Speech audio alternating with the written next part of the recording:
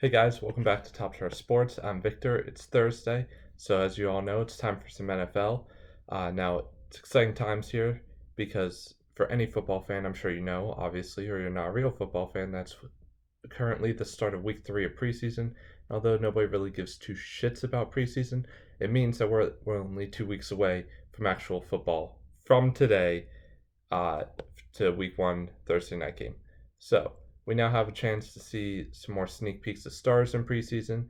As now that it is week 3, though, some of the better players are playing more time, trying to get a little back into the groove of actual game style play before week 1 and their real life matchups.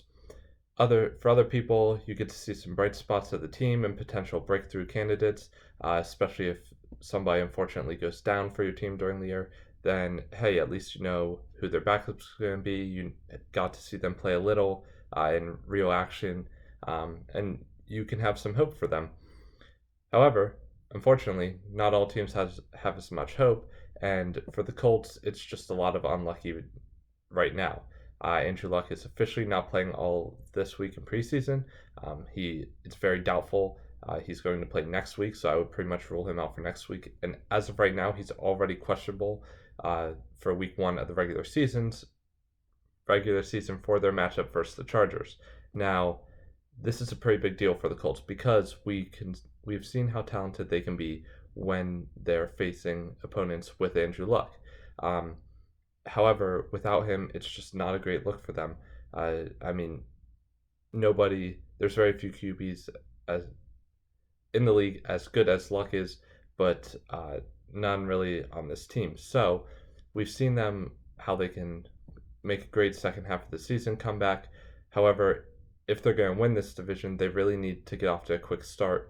And we saw their slow start last year, even with Luck. So they just can't afford to do that again if they want to take this division with how competitive it is. In other news, we still have a bunch of people not reporting to preseason for a variety of different reasons. Just when we thought Antonio Brown was ready to get back into the groove of things, start playing with his teammates. His feet are good to go. He originally accepted the decision of the helmet issue. He's now appealing for different helmet reasons. So we still haven't seen him out there. However, for all of us that are sick of his drama by now, it's just getting old. Hey, knock on wood if you're with me, right? You can hear about all this and more on Hardknocks each week, Tuesday nights. No, Hardknocks and Top Cheddar are not in agreement just yet. So I'm not promoting them for this reason. I just actually like the show, especially because where else are you going to find out this much good stuff about the AB drama?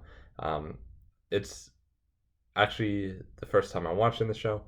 I recommend for any football fan, give it a try. It's pretty funny. Anyways, Antonio Brown, most likely, as you've seen in the show, not back yet, and probably will not be back this coming week. I don't know if I expect to see him play actually until week 1 of the regular season. I think he just doesn't want to do a mix of because he actually doesn't believe in the new helmet. He doesn't want to risk getting hurt in preseason on a bullshit helmet incident, but we'll see how it goes. More news, however, in the unresponsive market. Melvin Gordon claims he is waiting on a response from the Chargers because he recently requested more than and turned down their most recent offer of, I believe, roughly $10 million a year of a contract extension. If he continues to hold out, we could have a similar situation as the Le'Veon Bell last year. However, Gordon still has more years on his contract and is not making as much as Bell is right now. So it's costing him a lot more than it was costing Bell to be missing, at least in the preseason.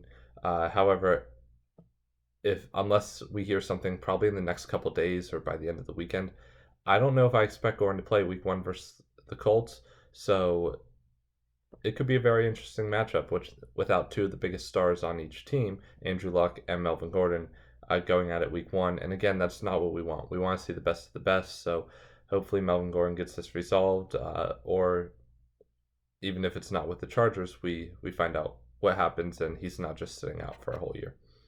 Finally, Kareem Hunt received his official suspension of 8 games and took it very easily.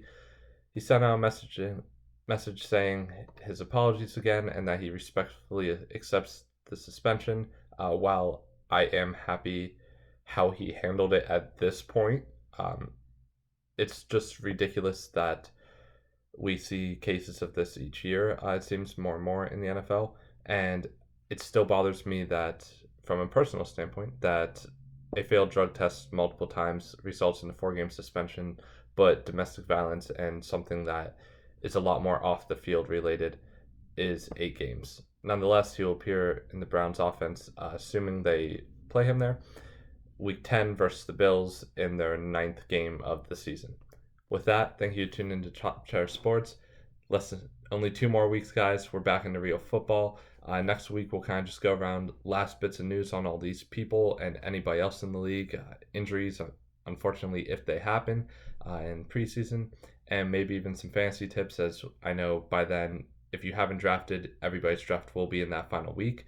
And then the first week of the season, we'll have a lot of predictions on just how week 1 will go, and we'll kind of establish a different mindset and layout for each episode from there on out. Thanks for tuning in, guys. Make sure to like, comment, smash that subscribe button.